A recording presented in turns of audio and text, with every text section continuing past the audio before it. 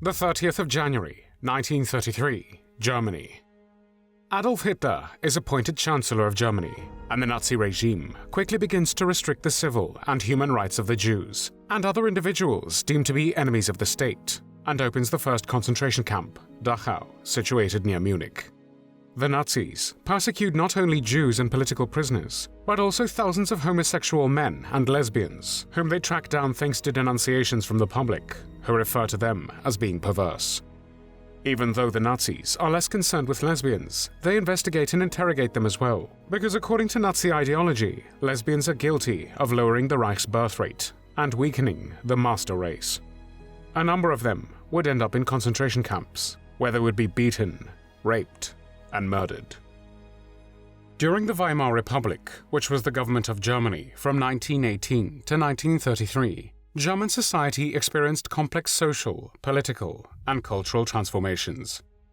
Germans not only had greater political and social freedoms, but also publicly challenged gender and sexual norms. This was especially true in big cities such as Berlin, Hamburg, and Frankfurt. Distinct lesbian communities developed around this time. To foster networks and connections, lesbians founded social clubs and associations, the most famous of which were the Violetta and Montbijou women's clubs in Berlin, which held informal gatherings in lesbian bars and nightclubs, including the famous El Dorado.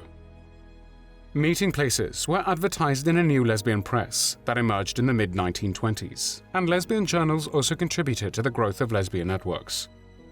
While in big cities, readers could purchase these journals at newsstands, throughout Germany, readers could subscribe to them by mail.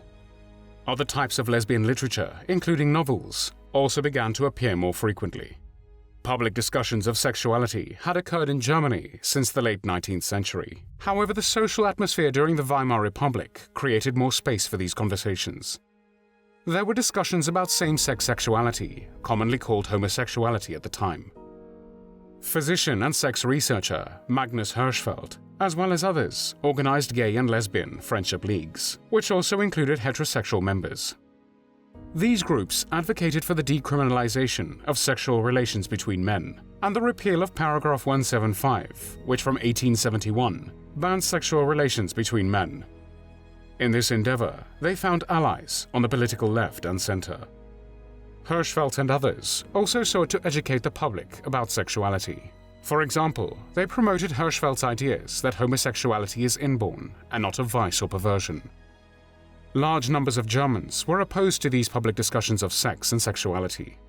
They viewed such debates as decadent, overly permissive, and immoral. Many were disturbed by the increased visibility of sex in advertising, film, and other aspects of daily life. For these Germans, gay and lesbian communities were one symbol of what they saw as the degeneration of German society. Various right-wing and centrist political groups blamed others, such as Jews, communists, and Americans, for corrupting German culture. Even before coming to power, many Nazis resented the visibility of gay and lesbian communities. They condemned homosexuality as a threat to the German people. The Nazi Party officially opposed any efforts to decriminalize sexual relations between men. They argued that homosexuality was a destructive vice. Some prominent Nazis, including Alfred Rosenberg and Heinrich Himmler, were clearly homophobic. Wilhelm Frick, a Nazi member of the Reichstag, the German parliament, stated in 1927 that men practicing unnatural lechery between men must be persecuted with utmost severity. Such vices will lead to the disintegration of the German people. However, there were known gay men even in the Nazi movement, most notably Ernst Röhm, who used the word same-sex oriented to describe himself. Röhm was a leader of the SA, which was the paramilitary organization associated with the Nazi Party, also known as the Stormtroopers and the Brownshirts for the color of their uniform. Hitler and other Nazi leaders rarely spoke publicly about homosexuality, and they rather focused on such issues as the creation of a greater German state, the Jews, and the economy. Adolf Hitler was appointed Chancellor of Germany on the 30th of January, 1933. Soon after, Germany's gay and lesbian communities came under pressure and scrutiny from the new regime. For men accused of homosexuality, this worsened over the course of the 1930s, and they faced brutal persecution. Beginning in 1933, the Nazi regime began to harass gay and lesbian communities and individuals by shutting down and raiding their meeting places and organizations. At first, Nazi actions were uneven, and they rather depended on the priorities of local government and police officials. While some established gay and lesbian bars were able to remain open in cities like Berlin and in Hamburg until the mid-1930s, underground meeting places remained open even later. These, however, came under increasing police surveillance. As part of the Nazi regime's restrictions on the free press, the government also shuttered gay and lesbian newspapers and journals. By eliminating gay and lesbian gathering places and presses, the regime made it far more difficult for lesbians and gay men to connect with each other, and the Nazis effectively dissolved the communities that had developed during the Weimar Republic. The Nazi German judicial system also introduced castration into legal practice. As of late 1933, courts could order mandatory castration for certain sexual male offenders. However, at least initially, men arrested under paragraph 175 could not be castrated without their supposed consent, but in some cases, men imprisoned under the statute could secure early release if they volunteered for the castration themselves. Over the course of the 1930s, Nazi actions targeting male homosexuality became even more systematically oppressive. In 1935, the Nazi regime reformed paragraph 175. The statute now criminalized any and all sexual intimacy between men. The Nazis also increased the severity of the punishment for these crimes. The Nazi revision stipulated that non-consensual and coercive acts between men could result in a sentence of up to 10 years of hard labor in prison. They instructed prosecutors to argue for harsh sentences in court, and the judges often complied. Eventually, SS leader Heinrich Himmler took the lead in persecuting male homosexuality, which he called a public scourge. In 1936, Himmler created the Reich Central Office for the Combating of Homosexuality and Abortion. This office was part of the Kripo, which was a criminal police, and worked closely with the Gestapo. One of its main responsibilities was to police and track down men suspected of homosexuality. And even though the police were less concerned with lesbians, they did investigate and interrogate some lesbians as well. According to Nazi ideology, lesbians were guilty of lowering the Reich's birth rate and weakening the master race. However, the Nazi regime never criminalized sexual relations between women, as it saw lesbians, first and foremost, as women. The Nazis believed that German women had a special task to perform: motherhood. According to Nazi logic, lesbians were women and should thus be mothers. They had a responsibility to give birth to the racially pure Germans, called Aryans. To encourage Aryan procreation, the Nazis adopted a variety of programs and laws. One example is the Lebensborn program, which encouraged Aryan women to have many children, even outside of marriage. At the same time, the Nazi regime tried to prohibit or limit the procreation of other supposedly inferior groups. In July 1933, a new law mandated sterilization of people with supposedly hereditary disabilities. Other laws, such as the 1935 Nuremberg laws, defined who could have sex with whom. It banned future intermarriages and sexual relations between Jews and people of German or related blood. The Nazis did not create any separate policies that singled out lesbians as a problem for Aryan procreation. Their reasoning drew on widespread attitudes about the differences between male and female sexuality. The Nazis concluded that Aryan lesbians could easily be persuaded or forced to bear children. During the Nazi regime, lesbians could not continue to live and socialize as they had during the Weimar Republic. Much of German society saw lesbians as social outsiders, meaning people who did not fit into the mainstream. As such, they had a higher risk of being denounced and then targeted by the Nazi regime. Lesbians responded to these new fears and conditions in different ways. Not all lesbians made the same decisions, nor did they all have the same choices. For example, Aryan lesbians had far more options than Jewish or Romani lesbians, who above all faced persecution for racial reasons. Aryan lesbians, especially those with financial resources, could try to hide their sexuality and outwardly conform. Some broke off contact with their circles of friends or withdrew from the public sphere. Others moved to new cities or the countryside. Some also entered marriages of convenience. But there were German lesbians who took the risk of resisting the Nazi state for political and personal reasons. Some continued to seek out underground meeting places, especially in major cities. There were lesbians who joined underground anti-Nazi resistance groups or helped hide Jews.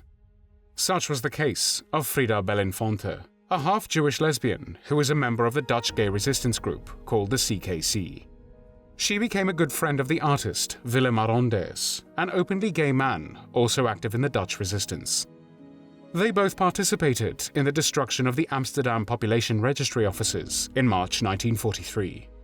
The group managed to destroy 800,000 identity cards of Jews and others sought by the Nazis, which was 15% of the records. They also falsified identity cards and arranged hiding places for those who were sought by the Nazis. After Belinfonte learned of the arrests and executions of the other CKC members, including Aronders, for 3 months she disguised herself as a man. The resistance helped her cross the border to Belgium and France, where the French underground helped her make her way to Switzerland. Later, she moved to the United States. Considering that sexual relations between women were not illegal under the Nazi regime, the reason why some lesbians were arrested and sent to concentration camps was that they were arrested as members of other groups, such as Jews, Roma, asocials, political prisoners, and professional criminals. In the lesbian prisoners' paperwork, concentration camp authorities usually listed a racial, political, social, or criminal reason as the primary cause for their arrest.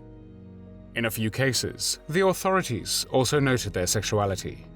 Such was the case of Henny Sherman, a Jewish lesbian from Germany. She was the first of a Jewish couple's 3 children. Her parents separated in 1931, and her mother, Zelma, took over the running of the family shoe shop, which was later forced to close due to anti-Semitic boycotts. In 1938, as one way of identifying Jews, a Nazi ordinance decreed that Sarah was to be added in official papers as a middle name for all Jewish women. In early 1940, Henny was arrested in Frankfurt and sent to the Ravensbrück concentration camp for women. On the back of her prisoner photo was written Jenny Sarah Sherman, born on the 19th of February 1912, Frankfurt am Main. Unmarried shopgirl in Frankfurt am Main. Licentious lesbian. Only visited lesbian bars. Avoided the name Sarah. Stateless Jew. Henny was among a number of Ravensbrück prisoners selected for murder. She was only 30 years old when she was gassed on the 30th of May, 1942, at the Bernburg killing facility. Henny's sister, Regina, as well as her brother Herbert and their mother Zelma, perished in the death camps too. Sometimes women's arrests had little or nothing to do with the fact that they were lesbians. At other times, their sexuality may have played a role. This was especially the case regarding arrests prompted by denunciations. Denunciations frequently affected people considered to be social outsiders. Neighbors, family members, and friends sometimes disapproved of and thus denounced the women involved to the police. It is possible that they did not realize that sexual relations between women were not illegal. In some of these cases, the police dismissed the complaints because they had no legal basis. Yet, denunciations could cause unwanted scrutiny for lesbians. Sometimes, a denunciation led the police to discover criminal offenses. For example, it could reveal ties to a resistance organization, friendship with Jews, or subversive political behavior. In those cases, women could be arrested and sent to concentration camps. To such women belonged Ellie Smula and Margareta Rosenberg. In 1940, based on denunciations from their co-workers, the Gestapo detained and interrogated Smula and Rosenberg. The co-workers had alleged that the 2 women had engaged in sexual relations with other women by taking female colleagues into the apartment, giving them alcoholic drinks and having sexual relations with them, with the result that they were unable to turn up to work the next day. The Gestapo claimed that these sexual relations had interfered with the women's work duties at the Berlin tram station, and both women were accused of subversion. They were deported to the Ravensbrück concentration camp, where Ellie and Margareta were registered as political prisoners. However, a notation of lesbian was written in their camp documentation. While Margareta survived the war, Ellie suddenly died on the 8th of July, 1943. No further explanations were given to Ellie's mother. Between 5,000 and 15,000 men were imprisoned in concentration camps as homosexual offenders. This group of prisoners was typically required to wear a pink triangle badge sewn into their camp uniforms. These badges enabled SS guards to identify the alleged groups for incarceration. According to many survivor accounts, Pink Triangle male prisoners were among the most abused groups in the camps. SS guards murdered homosexual prisoners out of cruelty or during sadistic games. It is recorded that the SS used the pink triangles on the men's chests as targets to shoot at for practice. In mid-1942, almost all of the 200 homosexual prisoners at Sachsenhausen were executed. Sometimes, Pink Triangle prisoners were assigned to the most grueling and demanding jobs in the camp labor system. At camps like Mauthausen and Flossenburg, it was standard practice to work homosexual prisoners to death, which was then disguised as being of natural causes. They were often subjected to not only physical, but also sexual abuse. Pink Triangle prisoners were raped by camp guards, as well as fellow inmates. In addition, they were beaten and publicly humiliated. Beginning in November 1942, concentration camp commandants officially had the power to order the forced castration of Pink Triangle prisoners. However, women who self-identified or were identified as lesbians did not wear the pink triangle. Instead, they wore the badges that corresponded to the official reason for their arrest and internment.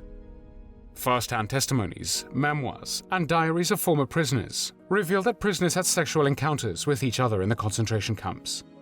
Both heterosexual and same-sex relationships took place in the camps. Sexual encounters ranged from consensual intimacies to prostitution. The female prisoners were often beaten, and they became victims of brutal sexual assault. A number of them, including lesbians, were even raped. While some women engaged in sexual relations with their fellow female prisoners, such relations do not always fit neatly within the category of lesbianism. This is because not all women who engaged in same-sex relations were lesbians. Some women developed same-sex relationships and later described them as a source of comfort in the camps. Others even saw them as necessary for survival. Same-sex relations in the camps could be shocking to other prisoners who came from a variety of cultures and backgrounds. In post-war memoirs and testimonies, some camp survivors described lesbians in the camps as a threat to the safety and well-being of the other prisoners. Others saw same-sex relations as an example of degradation caused by the camp experience. These descriptions reflect the extent to which lesbians often continued to be treated as outsiders in the camps. However, being an outsider could also mean death, especially for men. Fearing guilt by association, already prejudiced fellow prisoners shunned the Pink Triangle inmates who were left isolated and powerless within the prisoner hierarchy. Homosexual prisoners rarely benefited from solidarity from the other prisoners, which for many camp inmates provided the tools for survival, such as access to food and clothing. To this day, it remains a research challenge to find historical sources related to lesbian experiences under the Nazi regime. In cases where lesbians did not come into direct contact with the regime, there is little or no paper trail documenting their lives and experiences. But even in cases where lesbians were arrested and sent to concentration camps, their records can be hard to find because lesbians were rarely identified as such in official records from the Nazi era. In addition, there was no specific law under which lesbians were prosecuted. Thus, there is not always an obvious place to look for criminal records pertaining to their arrests and detentions. Another difficulty is that very few lesbians shared testimonies about their experiences during this time. This is partially because the topic of sexual relations between women remained taboo for decades after the Nazi era. Regarding men, homosexuality was decriminalized in East Germany in 1968, and the same happened in West Germany in 1969. We must never forget lesbians and gay men who either died or survived under the Nazi regime, and remained marked until the end of their lives. Their stories and suffering must forever remind us of the dangers of discrimination and racism, and hatred towards each other, as history often repeats itself.